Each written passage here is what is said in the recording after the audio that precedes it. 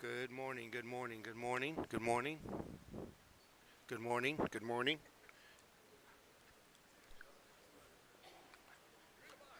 Yeah. Good morning, good morning.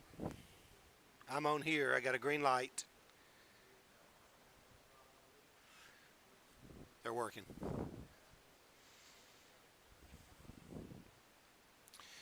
Good morning, good morning.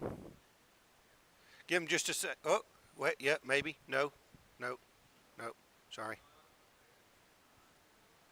Hello, hello. Woo. All right, I'm going to talk a little louder while they're working on the mic. Again, please be patient with us. We're working through the AV issues. All right. Sure, yeah.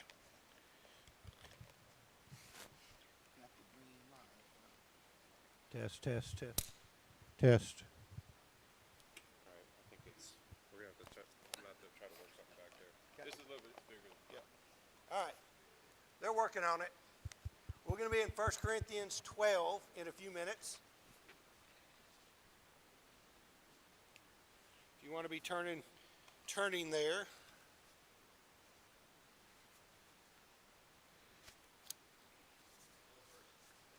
We're going to start in verse 1 again. Well, just briefly, we're going to kind of do sections in chapter 12. So,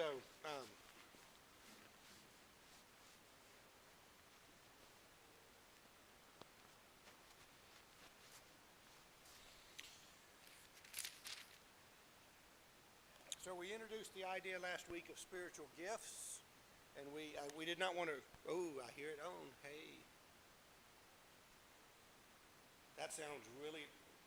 I bet that's going to be really loud, Alex, because I've got this like a foot from my mouth. And let's see. Oh yeah, now we're cooking with gas.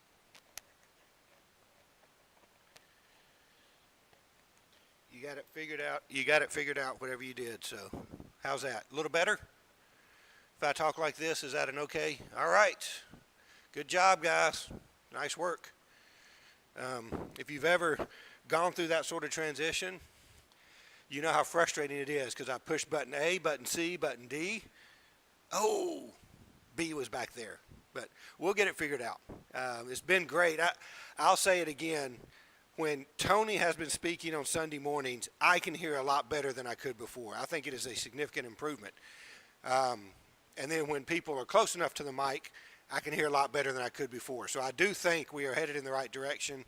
I think it's a good upgrade, and I think it's made a big difference. So I hope you feel that way as well. All right. 1 Corinthians chapter 12. The first verse is now concerning spiritual gifts. And we're going to talk about spiritual gifts. We're going to talk about abilities. We're going to talk about talents. We're going to talk about one body, many parts. But before we do, I want to set the backdrop of something that Paul is doing here. And what we're going to do is we're going to read verses 4 through 11. And I want you to look for the word one or same. See if Paul uses it at all in this section or whatever version you have, okay? Because I want you to see what maybe, when somebody repeats something once or twice, they're probably trying to emphasize something. If they repeat it 5, 6, 7 times in a few verses, maybe we need to catch on to it. So let's read verses 4 through 11 and just see if you hear this word same or one over and over. Now there are a variety of gifts, but the same Spirit. And there are varieties of service, but the same Lord. And there are varieties of activities, but it is the same God who empowers them all and everyone. To each is given the manifestation of the Spirit for the common good. For to one is given through the Spirit the utterance of wisdom, and to another the utterance of knowledge, according to the same Spirit. To another faith by the same Spirit. To another gifts of healing by the one Spirit. To another the working of miracles. To another prophecy. To another the ability to distinguish between spirits. To another various kind of tongues. To another the interpretation of tongues. All these are empowered by one and the same Spirit, who apportions to each one individually as he wills. What was one of the underlying themes that Paul was going to address in the book of Corinthians? What was one of the underlying problems they were facing at the church there? Divisions. We've seen it over and over. Divisions. You have divisions because you aren't addressing sin. You have divisions because you're letting pride do things. You have divisions because you're using something like the Lord's Supper that should be unifying in a way that divides. He's about to talk about spiritual gifts and abilities and talents in one body. And the purpose of these is to build up the church, to strengthen the church, to acknowledge those who are saved, to acknowledge the true gospel, to make it unifying. When someone preaches and they have the ability to heal, you know they're from God. You don't have to worry about whether I should listen to them or not. And yet we're going back to the same problem. We're using something that has a purpose, and we're letting it divide us. We're letting it create divisions. And he's saying, remember, same spirit, the same spirit that gave that person this ability, your ability. It's the same spirit. There's not a bunch of gods. There's not a bunch of different churches. There's not a bunch of different spirits out there giving you different ability. No. This is supposed to be something that is bringing us together and encouraging us. In fact, he'll go on in chapter 14 and verse 5 and say, everything you do should be about building each other up, right? So that the church may be built up. That's the purpose of these gifts, among other purposes, right? That's the purpose. And yet again, these Corinthians, oh, how silly these Corinthians are, right? How dumb these Corinthians are. Well, let's wait a minute about that, right? They're letting something that is designed to encourage and build up and strengthen be divisive. But luckily today, we don't do that at all. We don't view people differently based on their abilities and gifts, right? We don't elevate people who can get up and preach over the person who's cleaning the carpet. Ooh, maybe we do. Maybe we do sometimes place value on certain gifts and abilities, and we're going to talk about that, right? One body, many parts. And maybe we do say, oh, well, Tony can preach. He's probably the most important person here. Now, Tony, I love you. I think you're important. I think you're valuable. But Tony is one man that God has given an ability to. And his ability to preach is wonderful in public speaking. And some of you would rather be shot in the foot than get up in front of a group and speak publicly, right? It is higher ranked than the fear of death when it comes to the average person's fears in life, right? More people fear public speaking highly than they do death highly. That is again and again, and surveys come out, right? But that doesn't mean the person who can't public speak, well, see, they're not really as important because they don't get up there on Sunday mornings, right? Right? And boy, that person that can give a lot of money, we would never say we like them because they're wealthy, but we sure listen because they put a lot in the collection plate. Is that more valuable than the person that put in the 2 mites, right? Or that this week literally the only thing they did was take from the pantry because that's all they had? Right? So we need to be careful. Oh, these Corinthians, how silly they are. They let something like this divide them and realize that we might do the same thing. So I always like to do take-home lessons. So before we dive into the verses, I do have take-home lessons from what we just read, okay? And this is the first one. Nothing from God is designed to be divisive to his body. So if I'm doing anything I think God has empowered me to do, blessed me to do, gifted me to do, and I'm dividing the body, I'm probably not doing it right. Now, I'm not talking about dividing false teaching from true teaching. I'm talking about the body. And I've seen it again and again, people who think they have a higher knowledge, a special understanding, a special gift, and if we just did it this way, and they will divide the body. I can tell you that God never empowered somebody to come divide his body. Christ paid for unity in the church with his blood. That's a pretty big price. Preserving the unity is something that Christ preaches about, that we hear from Paul, we hear from Peter. It's a pretty big deal. So if my ability is dividing the body, I need to really sit back and say, ooh, am I using my ability the way God intended, right? Nothing that God gifted me with is designed to divide the body. I think that's a pretty fair statement. Again, not talking about dividing the world, false teaching from Christians. But if I'm dividing the body, boy, I better be prepared to answer for it. Comments on that? Questions on that?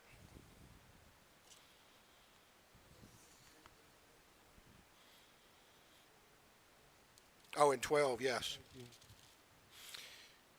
Leave it to Tony to get way ahead. And on those parts of the body where we think less honorable, we bestow greater honor, and on a number of parts we treat with honor. Right.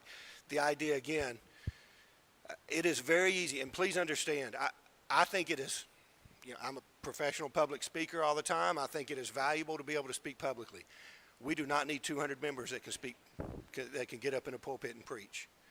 Don't get me wrong, I hope you're comfortable doing it, and I hope we have more people willing to do that.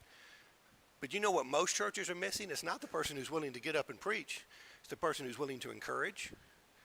It's the person who's willing to prepare the Lord's Supper. It's the person who's willing to write a card to someone they haven't seen, who's willing to go visit someone, who's willing to to talk to someone about their faith. That's what most churches are missing.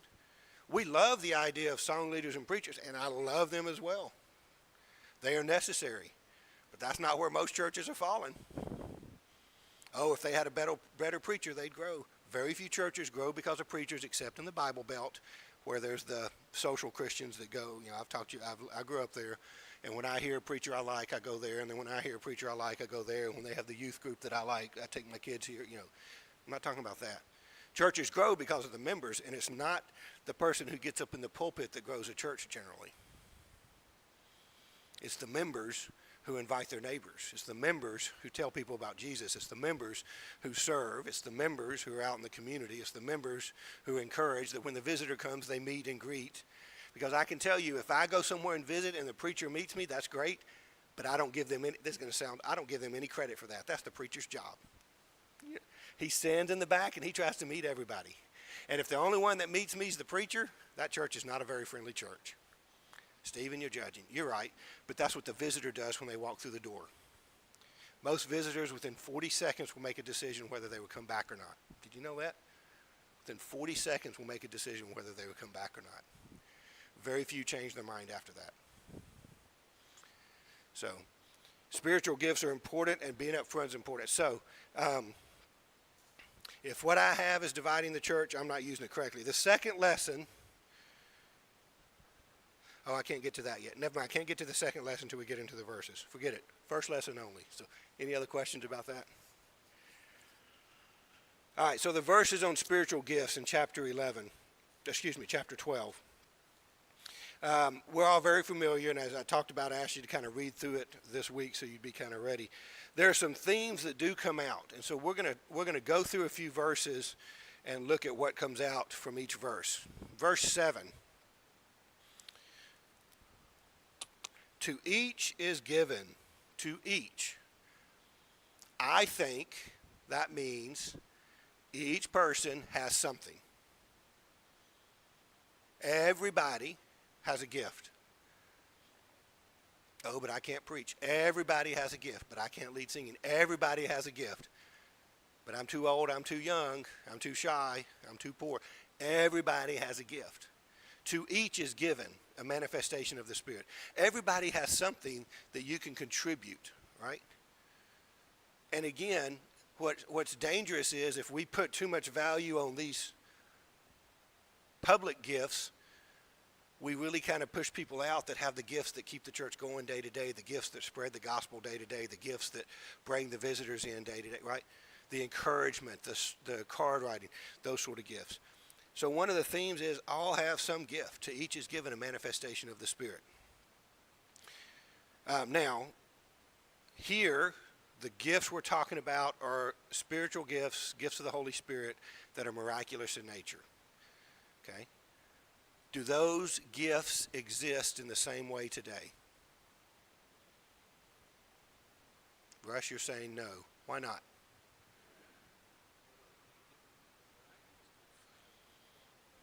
Mm-hmm.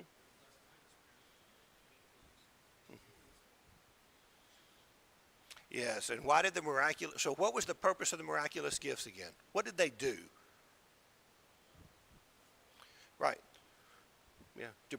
To prove God's power, to prove who was with God, right? God gave, in other words, I show up and I'm going to preach. One or two may know me. Am I someone that is trustworthy? Am I someone from God? You don't pick up the phone and call somebody, right? Oh, well, let me write a letter to the church at Ephesus since that's where you're coming from. Okay. And in 2 months when the letter comes back, will know whether or not you're a false teacher or not, right?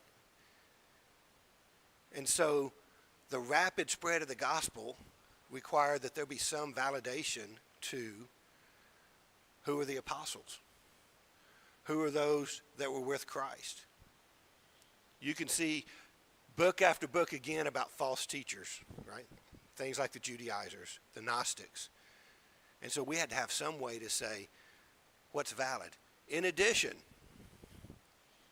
you and I have a way to know what's valid, right? We have this right here. So if you come preach, I don't have to know whether you're from God or not. I can look right here and say, Court, or what you saying matches here. All right, Court, good job, right?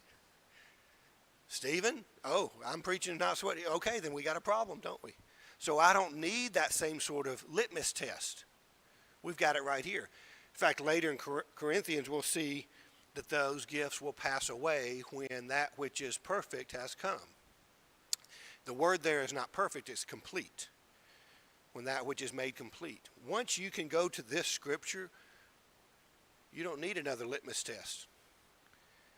See, in the scripture, they line up with God's word or they don't. No new revelation, no deeper knowledge that you just don't get. Does it line up with God? It's a pretty easy litmus test, right?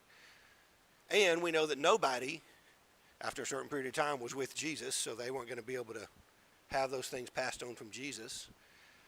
I believe, and you can correct me if I'm wrong, I don't know that I can prove this, and Tony, you might can correct me here. I think the apostles had the ability to pass on that gift, but it doesn't appear it was able to be passed on beyond them. Is that? I think that's what we can take from Scripture, is the apostles had the ability to lay hands and give the gifts, but no one else did. So there's a time where that generation, that next generation died away, because it couldn't be passed on continuously.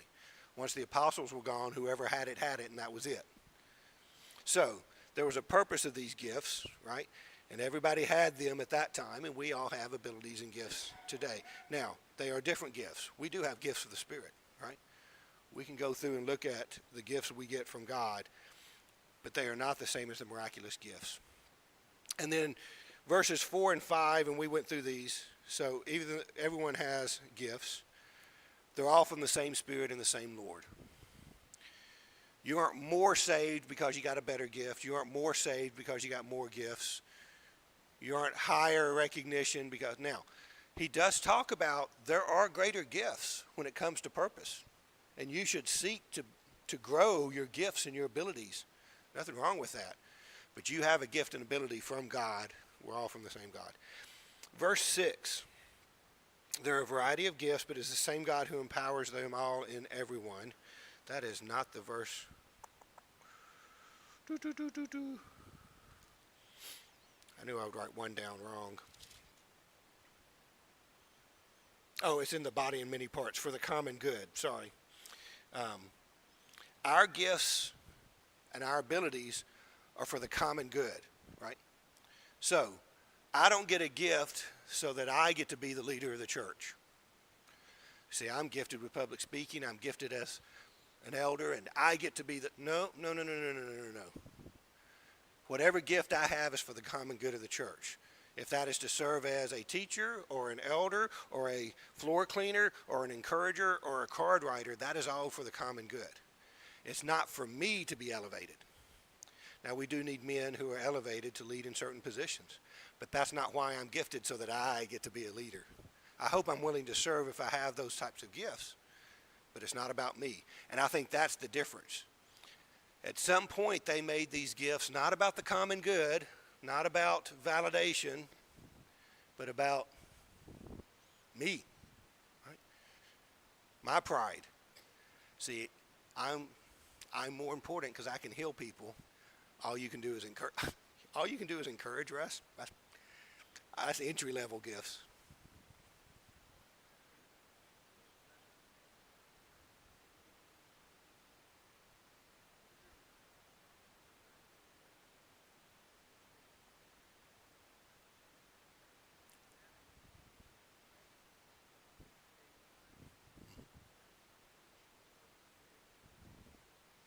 Yeah, that is a good example. When Israel was called across the river, only a group needed to go. God called the group across to fight. So those that fought, they won. They were the ones that got the, no. There were some that were left behind with a easier job, lesser job, minor job. Anybody can do that. Guess what? They got the same plunder, right? That's the example Mike's using, because they both had roles and they fulfilled the roles, right?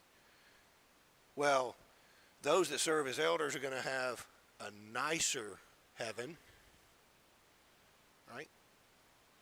Their gold is going to be shinier. That's what it is, Russ. It's going to be shinier. Yeah. Yeah. Who is the most gifted, most filled with the Spirit, most loved by God? And you know what I mean by that. He is his Son of God.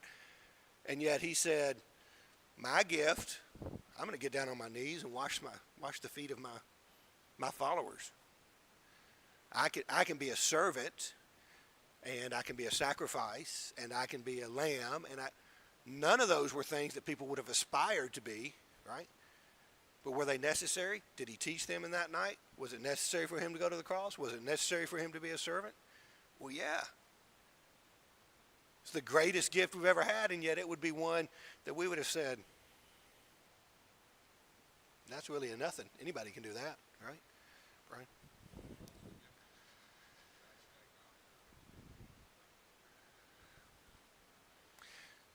Yeah, so that's the other thing. They were using these gifts to lift themselves up. And Paul's going to talk about, wait a minute, you're so high and mighty, remember, you stand up in front and talk, you're now held responsible for what you say to a higher level, because it's not just me that I could lead astray, right? Imagine me teaching falsely and an entire audience goes to hell because of my teaching. Boy, that's a big thing to think of. Oh, so I should never teach. No. But make sure the teaching is about me being elevated, right? So I don't know if you ever have an opportunity to teach or lead devos or whatever, but I can say that at least in my modern adult life, I've never done that without having a prayer myself beforehand. Because my concern is not presenting what God wanted me to present, period. Or presenting it incorrectly or falsely. And man, I would never want to knowingly do that, but I would never want to unknowingly do that. There's a responsibility when you're in front of a group. And so the idea that, see, I've got the gift of public speaking. Good, be cautious. Use it, but be cautious. That's exactly right. Tony, do you ever feel that burden on your shoulders? I know you do, because I know what type of a humble person, Tony. It's a burden where you say, instead of saying, woohoo, look at me, right? Corinthians, look at me. It should be, God, I hope you can use me, and I'm going to use my gift the best it can be. It should be something that is encouraging and uplifting and unifying instead of, silly Mike, you can just encourage. I can heal people. Watch. You know, that's what they were doing. They were using it the wrong way. All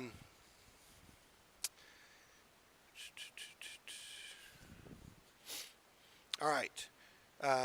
As we take this into our discussion about one body, many members, any other things about the spiritual gifts, we're going to expand on it here when we talk about the one body, many members.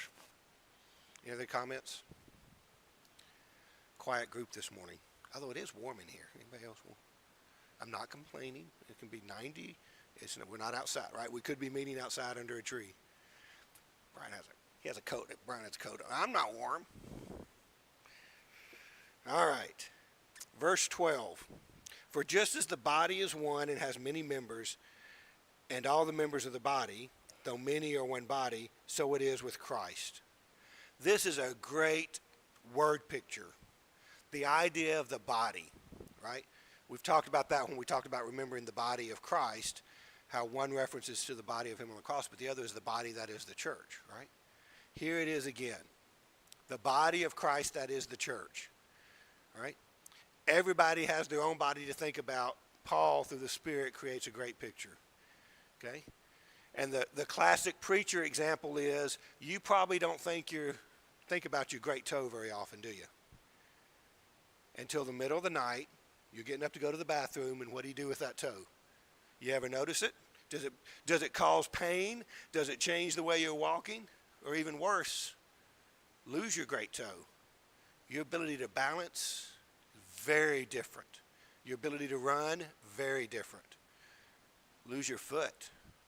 I don't sit around all day thinking, ooh, I love my foot, I love my foot, I love my foot. But you get the ability not to use your foot, you break it, you put it in a cast.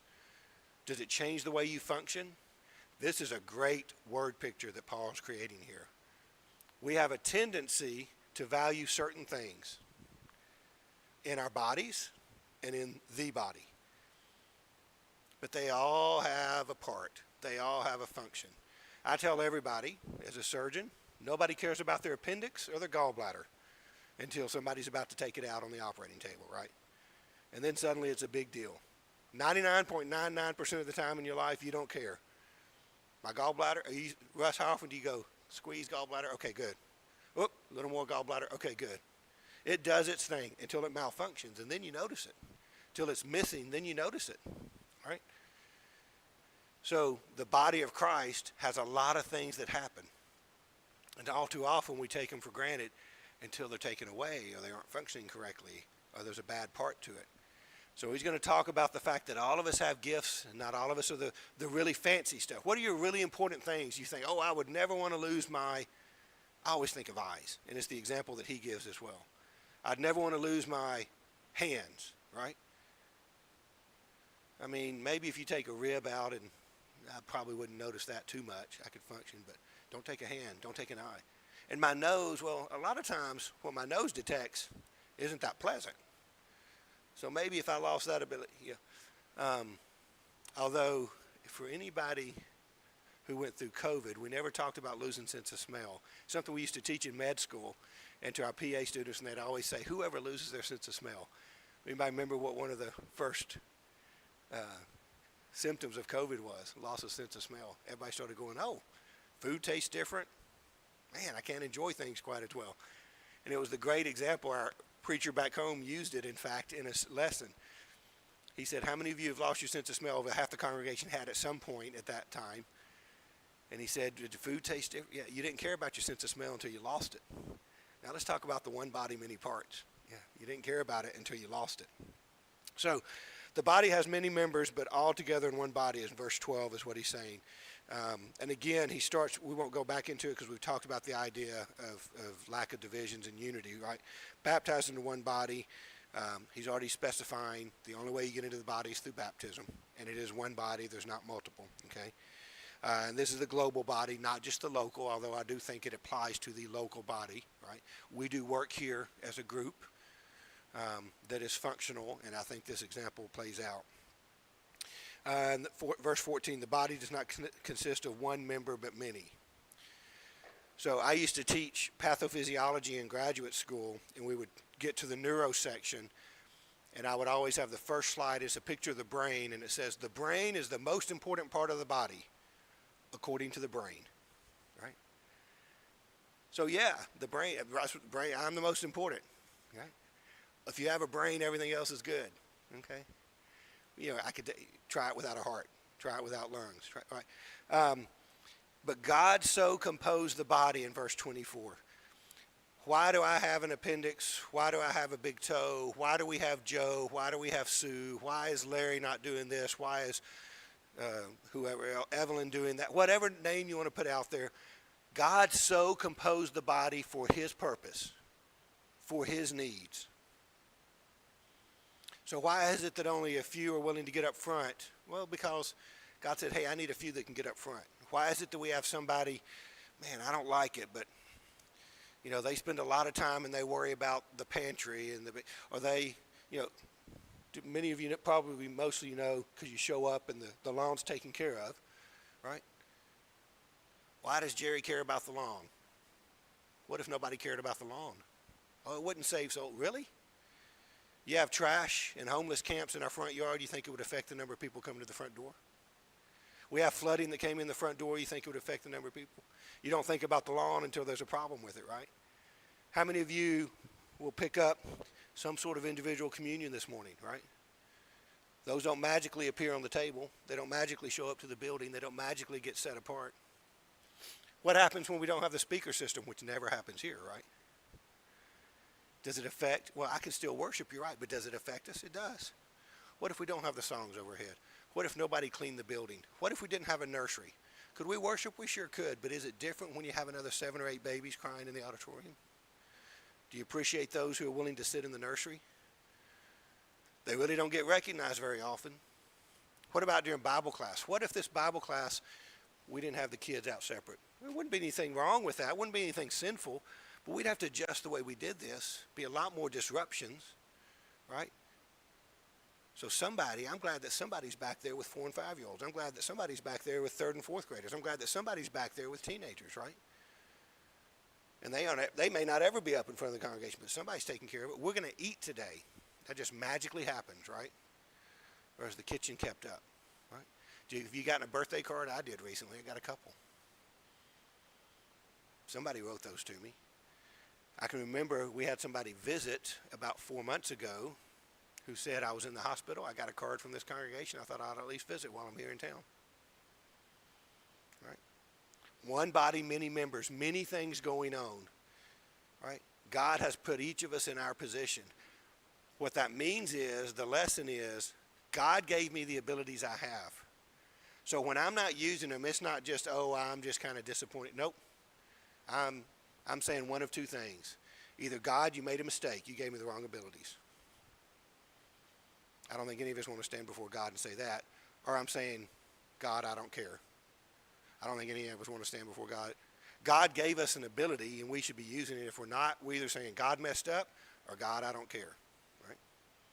You've got an ability. You're part of the body. One body, many parts. There's something you can do. Give me an example of an eye or hand ability. Those things we've kind of put out there as most important. Give me an example. Reading, right? If I can read, if I can use that, then I can get up in front of the congregation and even use it further, can't I? Yeah. What else? What do we do in the church that's an eye or hand, those really important, valuable ones? Food pantry. Who said that? I heard that from somebody. Yeah, food pantry, right? Because see, that's you get to interact with the public, right?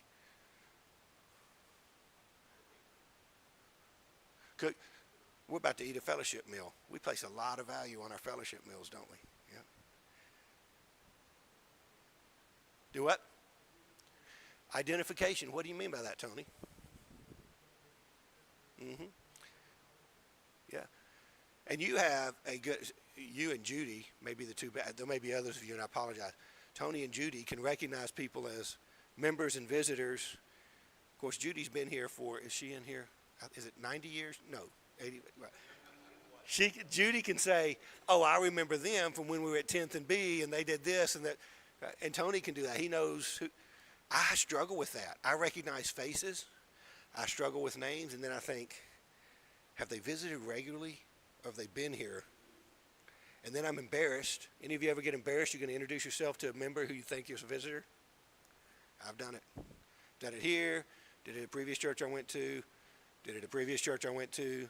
Did it at a previous church I went to. You've seen a pattern. The only time I haven't done it is the church in Winslow, Arizona. We had 18 members. After a few weeks, I was able to recognize who was a member and who wasn't, right? Yeah. There's an ability to do that, Tony. Oh, I can believe that. So actually, when Judy gets stumped, she comes to Marilyn and asks, Marilyn, who was Susie? Yeah. Yeah. Give me an example of some of the other ones I would put out as public speaking. I think we value public speaking in our churches, right? The ability to lead, right? Give me an example of a big toe or nose ability. Those things that maybe we don't notice, that we don't tend to value as much, but they are pretty necessary in our, Tony? Yeah, so, yeah, we have people, we pay them a lot of money, don't we, Tony? Yeah, we have volunteers that do things like unclog toilets, yeah, and they change the batteries in the urinals, and they repair when things are broken. And it's a variety of men. It's not just that there are deacons that do that, but there are a variety of men and women that get involved with that. And to be honest, I don't even notice it most of the time. Most of the time, I probably don't know it's broken. And then when it gets fixed, I don't even know who did it most of the time. Right? But there are people who do that. What are some of the other abilities and talents that might be a nose or a toe? writing notes and cards. We do a good job of putting some cards out on the table, and we do encourage people to do that. But I've gotten a few handwritten notes and email. I would put emails in that. I mean, nowadays I do value a handwritten note. But when someone writes an email, and let me put a caveat on that. When they do it and they're not complaining, they do it just as an encouragement or as a thank you. Yeah. Not saying I don't want to hear about problems, right? But if the only time I hear is when there's a problem, at some point I think, oh, here comes another email from, right? Here comes another. But there are people who are willing to write a birthday card. They get that list and they write a birthday or an anniversary card, right? They get that list and they just know, oh, Danny was in the hospital. You know what, Danny, been thinking about you. Yeah. And if it doesn't happen, that's one of the things that really starts to affect the ability of a church to grow, right? What are some of those other abilities and talents? Bob?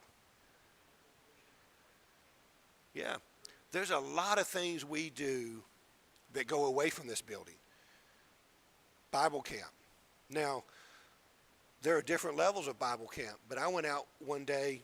I was invited out because we were new, not this past summer, the summer before.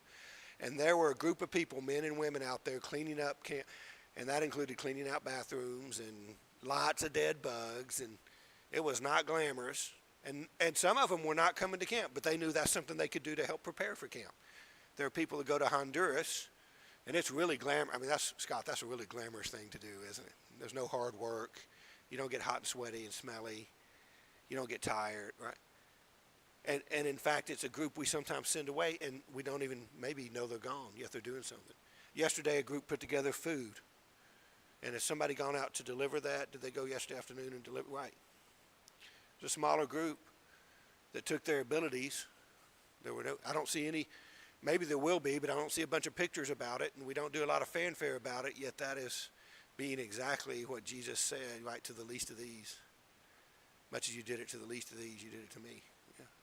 There's a lot of missions that occur, a lot of evangelism, a lot of outreach that occurs that's not from 10 to 11 on Sunday morning, 6 to 7 on Sunday night. I'm not downplaying that, but there's a lot of things that occur. So again, let's talk about then the lessons from One Body, Many Parts. You are an important part of the body, period. Okay? And I hope you always feel that way. And at times we do drop the ball on that. But you're an important part of the body. You have a gift that is valuable to the body. Maybe not every day, but at some time. Doesn't matter how old you are, how feeble you are, how rich you are, how poor you are. Public speaker, you don't even know the language. You have a gift, you have an ability that is valuable to the body. Every part of the body contributes to the body. So if you have that gift or ability, number 3, you should be using it. This is not just a call of unity so that we don't downplay the less important gifts. This is also a call of unity to say every one of you are part of the body, so get out there and act like it, right? I don't get up in the morning and think, I'm probably not going to use my right elbow today. I'm going to leave it home. It's not important. You are part of the body. You need to be contributing.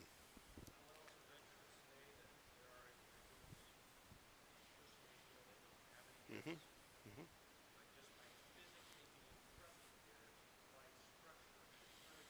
Mm-hmm. And so, if I could twist that just a little, when I don't show up, whether it's during worship or whatever, I'm letting down the rest of the body. I should be here because, I can't cook. I didn't bring anything. I don't care. I want to see you out here at fellowship meal today because I want to fellowship with you. Well, I can't fix anything. That's okay. I bet when somebody's up here, when we had the flood, a handful of more people might have been, even if it was somebody who said, wait a minute, let me go get some towels. I'll just bring the towels and drop them off. I can't do anything else. Just your presence is an encouragement to others. Being in worship is an encouragement to others. Now, don't let it end there, but that is an encouragement when you're here, right? When Tony looks out and he sees 12 members of the audience, or 250, you think it affects him? He's going to deliver his message. But I can tell you, as someone who speaks, it makes a difference in that audience. Just having eyes up at you, just having people that are listening. Danny, I saw your hand.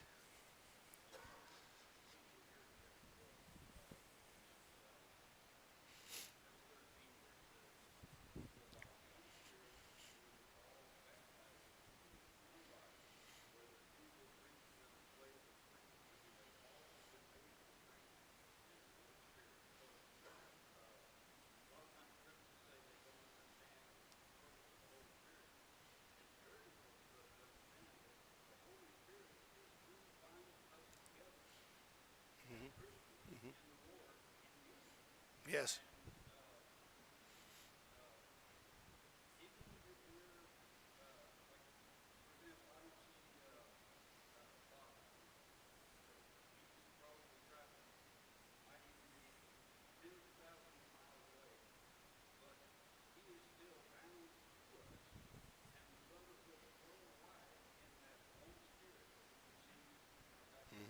One of the works of the Spirit is the unifying function of the Spirit, right? When you're baptized into the Spirit, when you're baptized into the body, that Spirit binds us together. So I've used this example. I've been overseas before, and when we would travel as a little child, I used to joke that no matter where we visited, we'd be the last ones to leave because my dad could talk to anybody.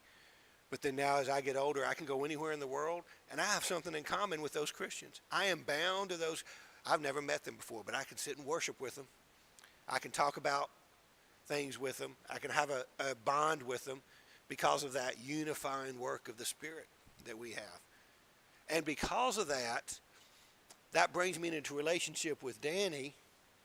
That also gives me responsibility to Danny, right? That's why I want to be here, so that Danny's encouraged. Danny may not like to see me, but in theory, I would be an encouraging person. Sorry.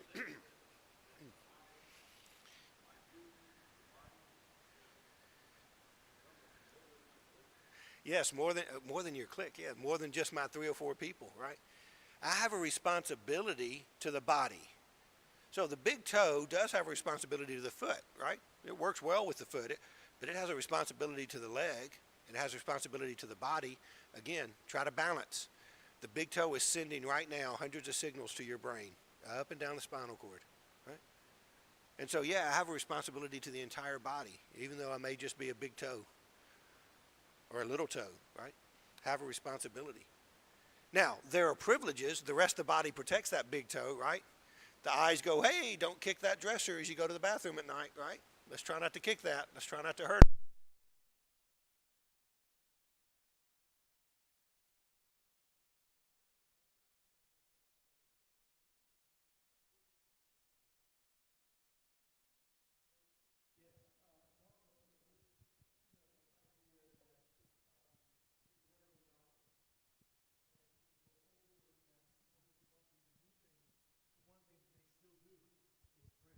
Yes. Thank you. Thank you. Here you go. Let me try and get that off my head. Yeah, so I can't get out of bed. I have a hard time showing up.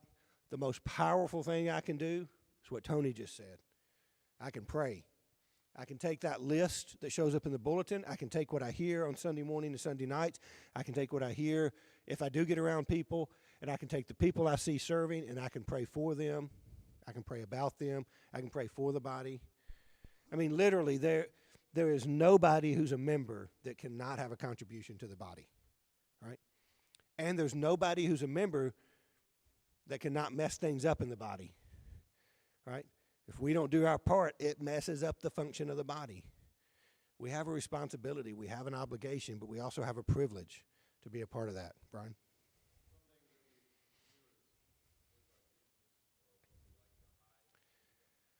Mm-hmm.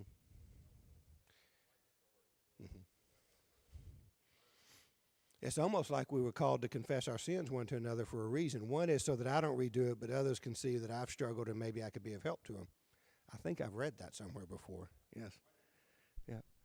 All right, so we're running out of time. Great chapter 12, but I will say next week, chapter 13 is my favorite, but it's not because it's a wedding chapter.